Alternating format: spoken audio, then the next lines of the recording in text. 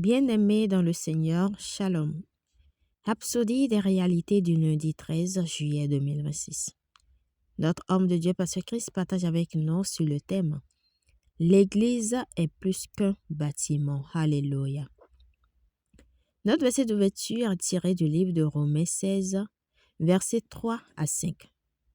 Saluez Prisca et Aquilas, mes compagnons d'œuvre en Jésus-Christ, qui ont exposé leur tête pour sauver ma vie.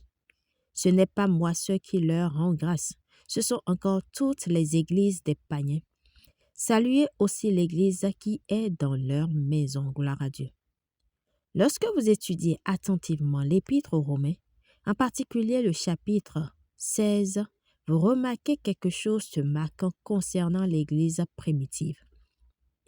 Il ne s'agissait pas d'une seule congrégation centrale.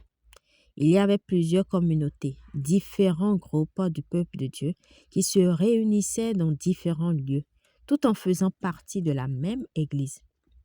Cela devient encore plus clair lorsqu'on lit le début de l'épître de Paul aux Romains. À tous ceux qui, à Rome, sont bien-aimés de Dieu, appelés à être saints. Romains 1, verset 7. Les églises s'étaient répandues dans plusieurs lieux à travers différentes communautés familiales et des groupes de chrétiens qui se réunissaient dans différentes maisons. C'est pourquoi, dans Romains 16, versets 3 à 5, il dit de saluer Prisca et Aquilas et l'église qui est dans leur maison. De même, au verset 10, il dit « Saluez ceux de la maison d'Aristobule » et poursuit au 11e verset en disant « Saluez ceux de la maison de Narcisse qui sont dans le Seigneur ». Il ne s'agissait pas simplement de famille. C'étaient des églises, des manifestations et extensions viables du ministère de Paul. Cela révèle quelque chose de profond. L'église n'est pas un bâtiment, c'est le peuple de Dieu. Alléluia. L'église primitive était composée de plusieurs églises, mais formait un seul corps. Il s'agissait peut-être de plusieurs rassemblements, mais chacun était vivant, actif et connecté. La Bible dit « Et ils persévéraient chaque jour d'un commun accord dans le temple et rompaient le pain de maison en maison. » Acte 2, verset 46. Il y avait un plus grand rassemblement, mais il y avait aussi de plus petits groupes de fraternité où ils partageaient la parole, priaient ensemble et grandissaient ensemble. Alléluia.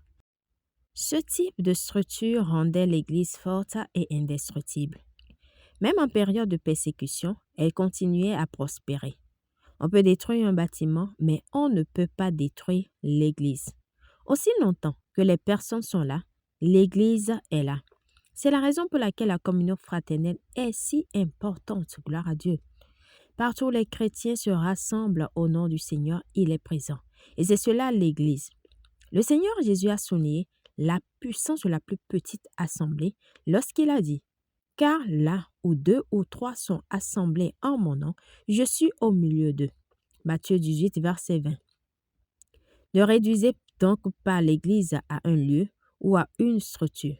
Comprenez sa véritable nature. C'est le corps vivant de Christ manifesté à travers son peuple dans la communion, dans l'unité et avec un but commun. Faites partie de cette manifestation. Renforcez-la, édifiez-la. C'est ainsi que l'Église grandit et que le royaume avance de gloire en gloire. Alléluia. Priez. Cher Père, je te remercie de m'avoir intégré à l'Église, le corps vivant de Christ. Je participe activement à la communion fraternelle, contribuant à la croissance et au renforcement des autres. À travers moi, ta vie est exprimée et ton royaume progresse aujourd'hui. Au nom de Jésus, Amen. Pour une étude approfondie, nous lisons Actes 2, verset 46, 1 Corinthiens 16, verset 19, Matthieu 16, verset 18.